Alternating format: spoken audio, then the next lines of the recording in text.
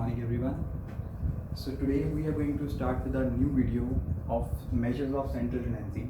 In our previous video we have learned about arithmetic mean in case of different series and how do we calculate arithmetic mean in case of different types of continuous series also.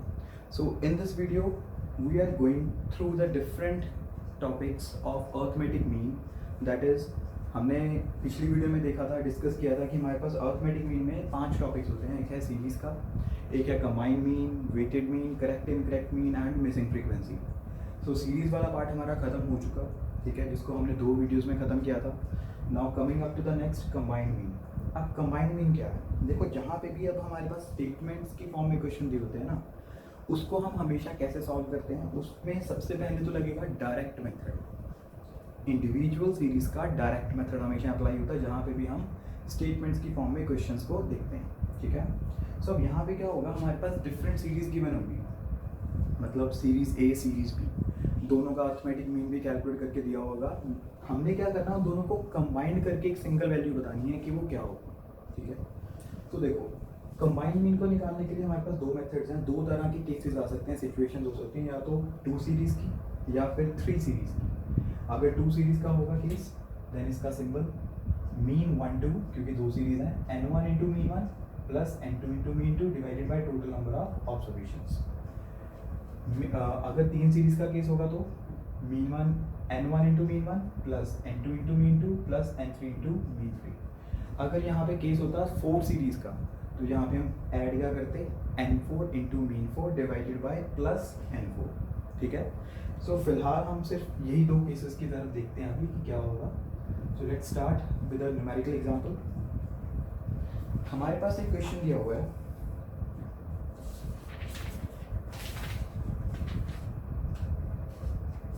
Ji, A B C combined, ठीक है. यहाँ भी दिया हुआ है n, यहाँ भी दिया हुआ है मीन. सो n की वैल्यूज तो गिवन है 10, 8, 24 और इसकी वैल्यूज गिवन है 20, missing 6 and 15.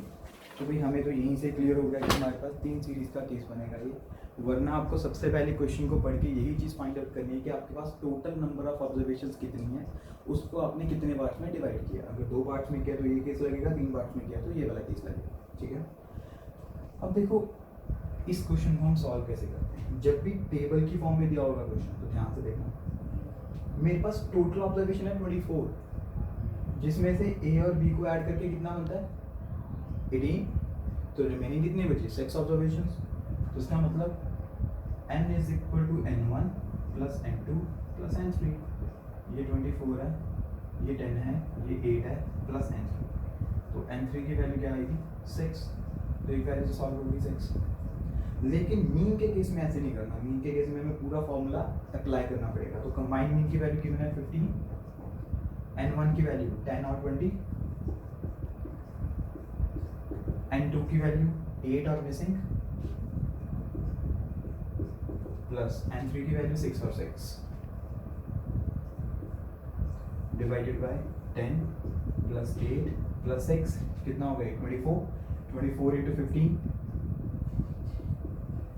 is equal to 200 plus 8 mean 2 plus 36, 236 plus 8 mean 2 add कर लिया, यहाँ पे आ गया 360 minus 236 is equal to 8 mean 2.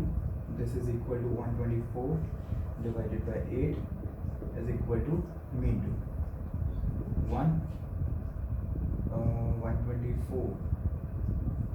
इसकी कटिंग करके देखेंगे 4, 62, 2, 31 and that is 15.5 is the answer, ठीक है.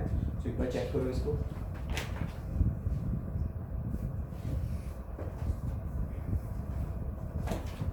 सो क्लियर, 3 सीरीज का केस. नाउ इस टॉपिक का सबसे इम्पॉर्टेंट क्वेश्चन, ठीक है, सबसे इम्पॉर्टेंट हर एक क्लास के लिए. देखो वो क्या है, कहता एक सर्टेन कंपनी मतलब कि उसके अंदर कितने एम्प्लॉइज हैं हमें नहीं पता. इसकी मीन सैलरी हमें गिवन है 600। इसमें से जितने भी मेल्स हैं उनकी सैलरी है 620, जितनी भी फीमेल्स हैं उनकी सैलरी है 520। What will be the percentage of males to females? अब यहाँ पे हमें नंबर ऑफ ऑब्जर्वेशन नहीं गिवन, इन्होंने सिंपली ये चीज़ पूछी है कि बताओ इस कंपनी में कितने परसेंट मेल काम करते हैं और कितनी परसेंट फीमेल्स काम करती हैं। ठीक है, तो ये मेरे पास कंबाइंड मीन गिवन है, मीन 1 2, क्योंकि हमारे पास दो पार्ट्स में डिवाइडेड है वर्कर्स। मीन 1 की वैल्यू गिवन है 620, मीन 2 की वैल्यू गिवन है 520। क्लियर? ठीक है, सो देखो आगे क्वेश्चन को सॉल्व करते हैं। इसकी वैल्यू गिवन है 600 इज इक्वल टू मीन 1 की value 620 n1 plus 520 n2 divided by n1 plus n2। n1 plus n2 जब हम ऊपर लेके जाएंगे लेफ्ट हैंड साइड में तो वैल्यू क्या बनी, मल्टीप्लाई करके 600 n1 plus 600 n2, 620 n1 plus 520 n2। n1 एक साइड कर लो, ये n1 इधर आके माइनस हो गया, 620 n1 520 n2 माइनस 600 n2। यहाँ पे वैल्यू आ गई minus 20 minus 80 n2, minus minus cancel. देखो यहाँ तक तो हर कोई बच्चा सॉल्व कर लेगा। अब हमें निकालना क्या था, what will be the percentage of males to females, मतलब मेल्स टू फीमेल्स की रेशियो निकालनी है। रेशियो को हम कैसे लिख सकते हैं, मेल अपॉन फीमेल। मेल की वैल्यू क्या है n1, फीमेल की वैल्यू क्या है n2। तो हमें ये सिचुएशन क्रिएट करनी है। ठीक है, तो देखो कैसे होगी, 20 n1 इन दोनों, ये दोनों प्रोडक्ट में है तो n2 इधर आके क्या हो जाएगा, डिवाइड, इधर क्या बचा 80। अब ये 20 है तो 20 दूसरी साइड जाके क्या होगा, डिवाइड। सिचुएशन बन गई हमारे पास, ये आ गया 4/1। So percentage of males that means n1 is equal to, अब जब हम अपने सब्जेक्ट की, अपने मार्क्स की परसेंटेज निकालते हैं, वो कैसे निकालते हैं, marks obtained divided by total marks into 100। Total marks कितने हैं 5 मल्टीप्लाई बाय 100, और मार्क्स ऑब्टेन्ड कितने हैं n1 के, n1 के सामने वैल्यू चेक करो 4। So this is equal to 80%।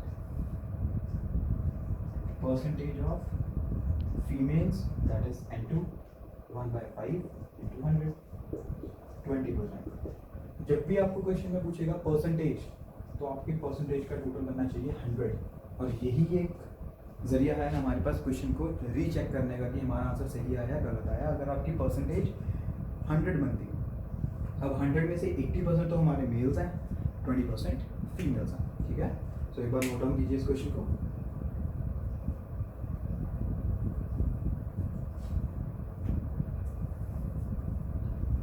So coming up to the next topic. The next topic is correct incorrect mean.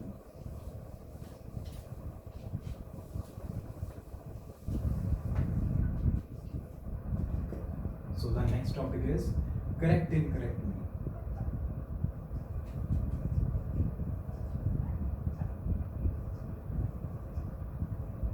मतलब कि हुआ क्या कि हमने एक सीरीज दी हुई है हमारे पास 2 4 6 8 10। ठीक है, इसका मीन मेरे पास आ रहा है जी 6, लेकिन यहाँ पे एक ऑब्जर्वेशन थी 6 जो कि गलत है। मैंने 8 ऐड करना था, गलती से मैंने 6 को ऐड कर दिया, तो इसका मतलब मेरा मीन भी गलत हो गया, तो मेरे को दोबारा से नया मीन कैलकुलेट करना पड़ेगा। ठीक है, सो अगेन यहाँ पे जो क्वेश्चन है हमारे पास वो स्टेटमेंट की फॉर्म में होगा, तो हम कौन सा मेथड लगाएंगे, इंडिविजुअल सीरीज का डायरेक्ट। ठीक है, सो उसका फॉर्मूला देखो, करेक्ट मीन की वैल्यू सिग्मा एक्स इनकरेक्ट, मतलब कि जितना हमारे पास पिछला पुराना टोटल था उसमें से जो करेक्ट वैल्यू है उसको ऐड करो, जो इनकरेक्ट वैल्यू है उसको माइनस करो, डिवाइडेड बाय टोटल नंबर। ठीक है, ध्यान से क्वेश्चन करना, बहुत बेसिक सा क्वेश्चन है और इसमें से एक शॉर्ट क्वेश्चन बनता ही बनता है हमेशा। ठीक है, तो देखते हैं हम कैसा क्वेश्चन आ सकता है इसमें से। जी, क्वेश्चन गिवन है mean of 100 observations, that means n is equal to 100. Mean of 100 observation was found to be 40. Later on it was discovered that two items are wrongly taken as 30 and 27, instead of 3 and 72. Two items were wrongly taken as 30 and 27. इसका मतलब ये मेरे पास incorrect values हैं, ये मेरे पास correct values हैं, ठीक है। सो देखो हम क्वेश्चंस को सॉल्व कैसे करेंगे। भाई जब हम मीन का मेथड लगाते हैं, फॉर्मूला यूज करते हैं, तो फॉर्मूला क्या होता है, दिस वन है ना। अब इनकरेक्ट मीन कितना गिवन है, 40। अगर ये मीन इनकरेक्ट है तो सिग्मा एक्स भी इनकरेक्ट होगा। ऑब्जर्वेशंस कितनी है, 100। सो सिग्मा एक्स इनकरेक्ट की वैल्यू क्या आएगी, 4000, ठीक है। सिंपली इन दोनों को मल्टीप्लाई करो, जो हमारे पास गिवन है, this is the value of sigma x incorrect. So mean correct, sigma x incorrect की वैल्यू हमारे पास आई 4000 प्लस करेक्ट वैल्यूज। अब यहाँ पे क्या करना है, देखो ये बेसिक्स हैं हमारे करेक्ट और इनकरेक्ट की, ठीक है। तो कभी भी आइटम्स को आपने ऐड नहीं करना, जैसे जैसे दिया हुआ है इंडिविजुअली इसको ऐसे लिखो, कभी भी इसको सम अप नहीं करना, क्योंकि आगे जब और चैप्टर्स में आएगा ना ये कंसेप्ट, रिग्रेशन में, डिस्पर्जन में या फिर कोरिलेशन में, तो वहाँ पे दिक्कत आएगी आपको, ठीक है। अब यहाँ पे ये दोनों आइटम्स गलत थी, तो इनकरेक्ट वैल्यूज को हमने माइनस करना है और जो करेक्ट वैल्यूज हैं उनको हमने प्लस करना है, ठीक है। डिवाइडेड बाय टोटल ऑब्जर्वेशन कितनी थी, 100, जिसमें से मैंने 2 आइटम्स माइनस कर दी और 2 नई आइटम्स ऐड कर दी, तो ऑब्जर्वेशन तो मेरे पास सेम ही रहेंगी, ठीक है। सो देखो इसको सॉल्व करके कितना बनेगा, ये आ गया मेरे पास 57, वो आ गया 75। सो 18 ऐड हो रहे हैं मेरे पास और 4018 divided by 100, that is 40.18। This is your answer for correct mean, okay. So ये ज़्यादा सिंपल है as compared to combined mean. So हमारे 3 टॉपिक्स कंप्लीट हुए, सीरीज का, कंबाइंड मीन का एंड करेक्ट इनकरेक्ट मीन, ठीक है। So now coming up to the next, that is weighted mean. देखो वेटेड मीन तो हमने ऑलरेडी किया ही हुआ एक तरह से सीरीज में अपने, लेकिन मैं फिर भी आपको एक बार बता देता हूँ कि क्या चेंज आएगा। वेटेड मीन में क्या होगा, पहली बात, वेटेड मीन हमेशा डिस्क्रीट या कॉन्टिन्यू सीरीज में गिवन होगा, बस डिफरेंस सिर्फ इतना, पहले आपके पास फ्रीक्वेंसी दी होती थी, अब आपके पास वेट्स दिए होंगे, तो फॉर्मूला तो सिंपल ही रहा, weighted mean is equal to sigma W X divided by sigma W, ठीक है। एक छोटा सा क्वेश्चन देख लेते हैं।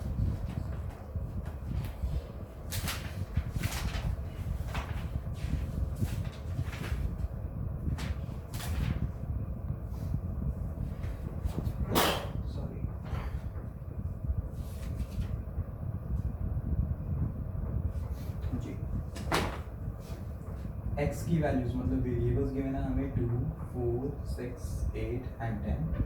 डब्ल्यूज गिवन है हमारे पास 1, 2, 3, 2 and 1। So you have to calculate weighted mean. तो बिल्कुल सिंपल है, सबसे पहले डब्ल्यू एक्स का प्रोडक्ट करो, 2, 8, 18, 16 एंड 10, इसका टोटल, क्योंकि डब्ल्यू एक्स के साथ सिग्मा लगा हुआ, ठीक है। 10, 20 और 34, 54 divided by 5, 5, 9 divided by 9, answer is 6। खत्म। तो ऑलरेडी सिंपल ही था, हमने पहले भी एक बार किया हुआ है ये वाला। सो ये तो हो गया हमारा टॉपिक। अगर यहाँ पे हमारे पास क्लास इंटरवल्स होती तो हम पहले एक्स मतलब मिड वैल्यूज़ को कैलकुलेट करते हैं, ठीक है। सो अब बढ़ते हैं हम हमारे इस चैप्टर के लास्ट टॉपिक पे, which is missing frequency, okay. इसका बेसिकली मिसिंग फ्रीक्वेंसी का क्वेश्चन जो +1 स्टैंडर्ड में है उनके लिए इम्पॉर्टेंट है, लेकिन बीकॉम और एमबीए जो या बीए में स्टूडेंट्स हैं इकोनॉमिक्स के, उनके लिए अर्थमेटिक मीन का मिसिंग फ्रीक्वेंसी इतना इम्पॉर्टेंट नहीं है। लेकिन फिर भी आप एक एग्जांपल कर लेते हैं।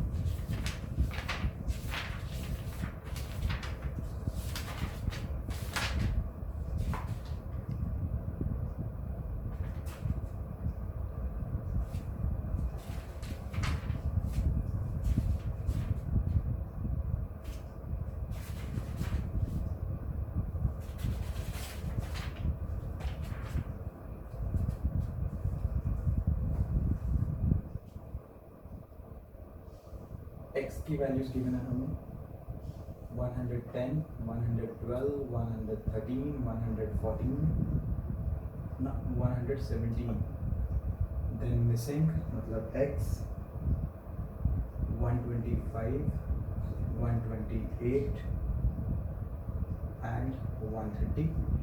फ्रीक्वेंसी गिवन है हमारे पास 25, 17, 13, 15, 14, 8, 6 and 2. ठीक है,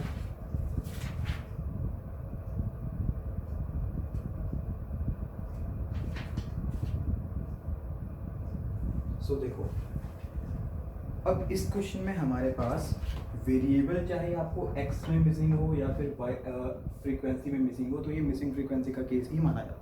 ठीक है, अब इसका बेसिक रूल क्या है कि आपके पास जितनी भी वैल्यूज मिसिंग हैं उतनी आपको आइटम्स क्वेश्चन में गिवन होंगी। जैसे कि यहाँ पे आपके पास एक वैल्यू गिवन मिसिंग है x, तो इसका मतलब क्वेश्चन में कोई ना कोई एक चीज़ आपको ज़रूर दी होगी। तो वो हम चेक कर लेते हैं क्या चीज़ गिवन है हमें। तो हमारे पास गिवन है मीन, अर्थमेटिक मीन हमें दिया हुआ है 115.86 जी। सो अब यहाँ पे हमें कोई मेथड तो बताया नहीं हुआ कि हमने कौन सा मेथड अप्लाई करना है, डायरेक्ट, शॉर्टकट या फिर स्टेप डेविएशन। तो हम अपनी तरफ से डायरेक्ट मेथड यूज़ करते हैं। तो सबसे पहले fx, डायरेक्ट मेथड का फॉर्मूला क्या होता है, mean is equal to sigma fx divided by sigma f। ठीक है, सो fx यहाँ पे मैं डायरेक्ट कैलकुलेशंस लिख रहा हूँ यहाँ से 2750, 1904, 1469, 1755, 14x दोनों को मल्टीप्लाई किया 1000, 768 एंड 260। सो इसका टोटल इसको छोड़ के क्या बना मेरे पास 9906 प्लस 14x, और इसका टोटल फ्रीक्वेंसी का मेरे पास कितना आया 100। तो देखो अभी हमने क्या करना है, अपने क्वेश्चन में इसकी वैल्यूज को पुटअप करना है। 115.86 is equal to 9906 plus 14x divided by 100। 100 ऊपर लेके गए तो क्या बना 115.86 is equal to 9906 plus 14x। ठीक है, so further 11586 minus 9906 is equal to 14x। ठीक है, दोनों को माइनस करके मेरे पास वैल्यू बची 1680 divided by 14 is equal to x, which is equal to 120। so यहाँ पे आपके पास वैल्यू आ गई x की value 120। so this is equal to 120। so simple हमारे पास कैलकुलेशन, मैथमेटिकल कैलकुलेशन थी जहाँ पे हमारे पास मिसिंग फ्रीक्वेंसी का क्वेश्चन बनेगा। ठीक है, एक मैं प्रैक्टिस के लिए एक क्वेश्चन और दे देता हूँ, आप नोट डाउन कर लीजिए।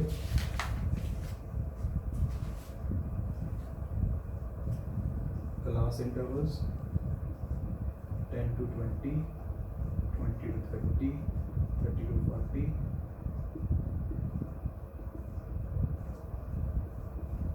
60 to 70 and 70 to 80। फ्रीक्वेंसी हमारे पास गिवन है 534, मिसिंग 2613। अब यहाँ पे फ्रीक्वेंसी मिसिंग है ना, तो मैंने इसको f लिख लिया या फिर f1। ठीक है, एक वैल्यू मिसिंग है, तो यहाँ पे क्वेश्चन में हमारे पास मीन दिया हुआ है ऑलरेडी क्वेश्चन में 52। ठीक है, सो इसकी फ्रीक्वेंसी का हमारे पास आंसर गिवन है 7। ठीक है, सो इस क्वेश्चन को अपने आप करना, डू योरसेल्फ। सो मिलते हैं फिर अपनी नेक्स्ट वीडियो में। देखते हैं नेक्स्ट चैप्टर हम कौन सा स्टार्ट करेंगे, डिस्पर्जन या फिर index number. Okay, so see you in the next class.